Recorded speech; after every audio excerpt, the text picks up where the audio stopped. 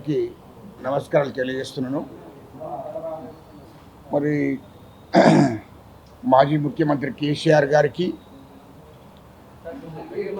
మరి హరీష్ రావు గారికి, ఈటెల రాజేందర్ గారికి, మరి రాష్ట్ర ప్రభుత్వము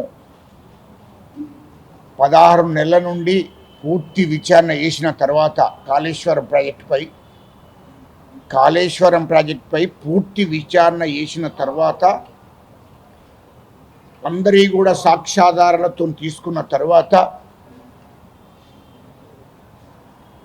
మరి రాష్ట్ర ప్రభుత్వము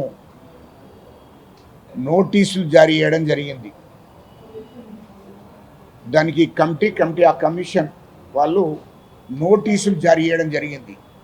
ఇది పూర్తి స్థాయిలో విచారణ జరిగిన తర్వాతనే 16 నెలలు టైం తీసుకున్నారు. 70,000 కోట్ల నుంచి 1,50,000 కోట్లకు పెంచి దాంట్లో దాదాపు 80,000 కోట్లు కాళేశ్వరం ప్రాజెక్టు పేరు మీద దోషేసుకున్నారు.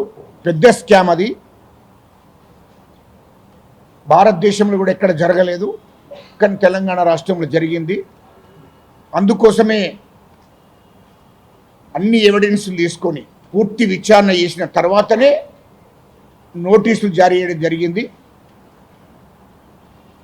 ఖచ్చితంగా నోటీసులు జారీ చేశారు కాబట్టి ఖచ్చితంగా ఆధార్ కావాల్సిందే. చట్టపరమైన చర్య తీసుకుంటారు. రాష్ట్ర ప్రభుత్వము చట్టపరమైన చర్య తీసుకుంటుంది. దానికి హరీష్ రావు గారు మొత్తం కేసీఆరే కావాలంటున్నారు ప్రజలు. కేసీఆరే కావాలంటున్నారంటే నవ్వుకుంటున్నారు ప్రజలు. ఎందుకంటే కేసీఆర్ను ఎందుకు కావాలనుకుంటారే? రాష్ట్రమే మొత్తం దోపిడీకి గురైంది. 7 లక్షల కోట్లు అప్పు చేసి 3 లక్షల కోట్లు దోసుకున్నారనేది, 30,000 ఎకరాల భూమి హైదరాబాద్ చుట్టూ మీరు కబ్జా చేశారనేది క్లారిటీగా తెలంగాణ ప్రజలందరికీ తెలిసిపోయింది. అంటే ఈ రాష్ట్రాన్ని అమ్మేద్దామని అమ్మేస్తే అయిపోతుంది. అంటే కేసీఆర్ను కోరుకున్నది ఎందుకు? ఈ రాష్ట్రాన్ని అమ్మేస్తాడు, మూడోసారి అని అనుకుంటారు వాళ్ళు. ఎందుకంటే తెలంగాణ ప్రజలు ఎందుకు కోరుకుంటారు? ఎవరు కోరుకుంటారు? మీరు ఈ కుటుంబంలో హరీష్ రావు, కవితక్క, కేటీఆర్ కోరుకుంటే తెలంగాణ రాష్ట్ర ప్రజలందరూ కోరుకున్నట్టేంది? ఇది అర్థం కాలే. అందుకోసమే అలాంటి తెలంగాణ ప్రజలను మభ్యపెట్టి మోసం చేసే మాటలు మాట్లాడకుండా మీ నీతి నిజాయితీని నిరూపించుకోండి. బయట మీడియా ముందట మాట్లాడి మీడియా ద్వారా ప్రజలకు ఏదో మేము సత్యపురుషులం అన్నట్టు, మేము ఆ నీతి నిజాయితీగా ఉన్నట్టు, ఇది తెలంగాణ ప్రజలందరికీ తెలిసిందే.